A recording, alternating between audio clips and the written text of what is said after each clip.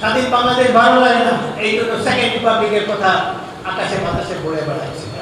একটি নবগঠিত রাজনৈতিক দল বলার চেষ্টা করে তারা এই দেশকে আবার নতুন করে স্বাধীন করেছে। আবার একটি রাজনৈতিক দল ৭১ যারা স্বাধীনতার বিরোধিতা করেছে তারা বলতে চায় যে ৭১ আমরা নাকি ভুল করেছিলাম, আমরা মুক্তিযোদ্ধারা ভুল করেছিলাম ৭১। অদ্ভুত এই ধরনের প্রশ্নের মুখোমুখি হতে হবে কখনো চিন্তা করেনি।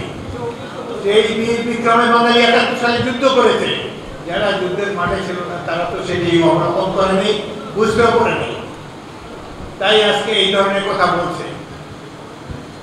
স্বাধীন বাংলাদেশ ভালো লাগে না, এই জন্য সেকেন্ড রিপাবলিকের কথা আকাশে বাতাসে বলে বেড়াচ্ছে।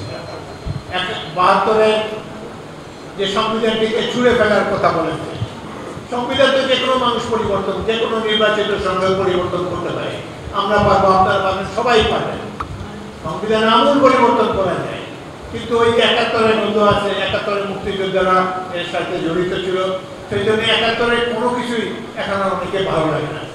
কিন্তু আমরা তো এখনো জীবিত আছি, জিয়াউর রহমানের আদর্শ জীবিত থাকবে যতদিন বাংলাদেশ থাকবে। ৭১ যুদ্ধ ছিল গণতন্ত্রের জন্য যুদ্ধ, কিন্তু দুঃখের বিষয় সেই গণতন্ত্র আজ পর্যন্ত প্রতিস্থাপিত হয়নি। এর কারণ হলো যারা রাষ্ট্র ক্ষমতায় এসেছে তারা গণতন্ত্রের বদলে পরিবারতন্ত্র কায়েম করেছে।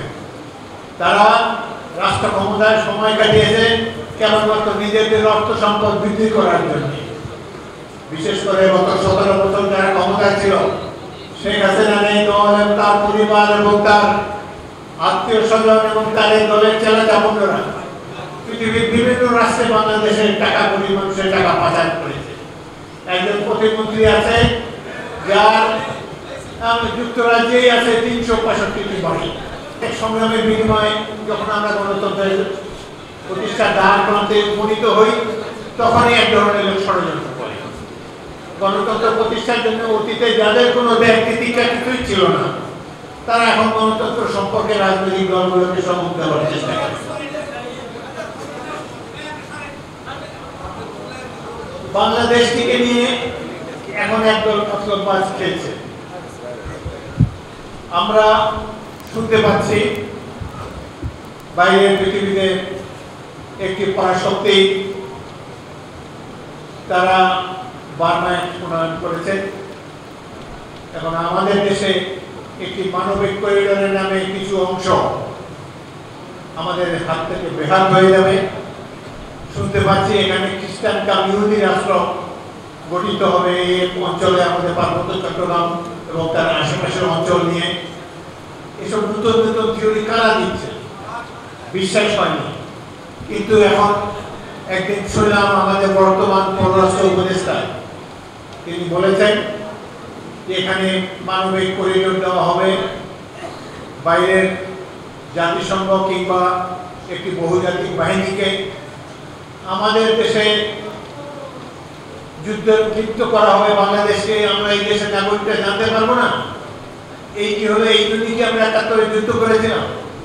পরবর্তীকালে জনগণের মধ্যে যখন ক্ষোভ ধুমায়িত হয়ে ওঠে, তখন বলে যে না, এই ব্যাপারে আরেক উপদেষ্টা বলল যে আমরা এই সম্পর্কে আলাপ আলোচনা এখনো হয়নি।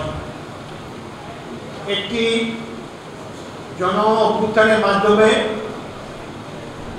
মাফিয়া সরকারকে পরিবর্তন করেছে বাংলাদেশের লড়াকু জনগোষ্ঠী, কিন্তু বাংলাদেশকে তো আরো দীর্ঘ পথ পাড়ি দিতে হবে।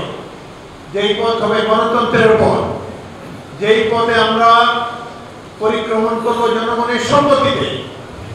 সেখানে যার যতগুলাই পিএইচডি ডিগ্রি থাকুক, কিন্তু জনগণের সম্মতি ছাড়া এখানে কোনো ধরনের যুদ্ধে বাংলাদেশকে লিপ্ত করা যাবে না।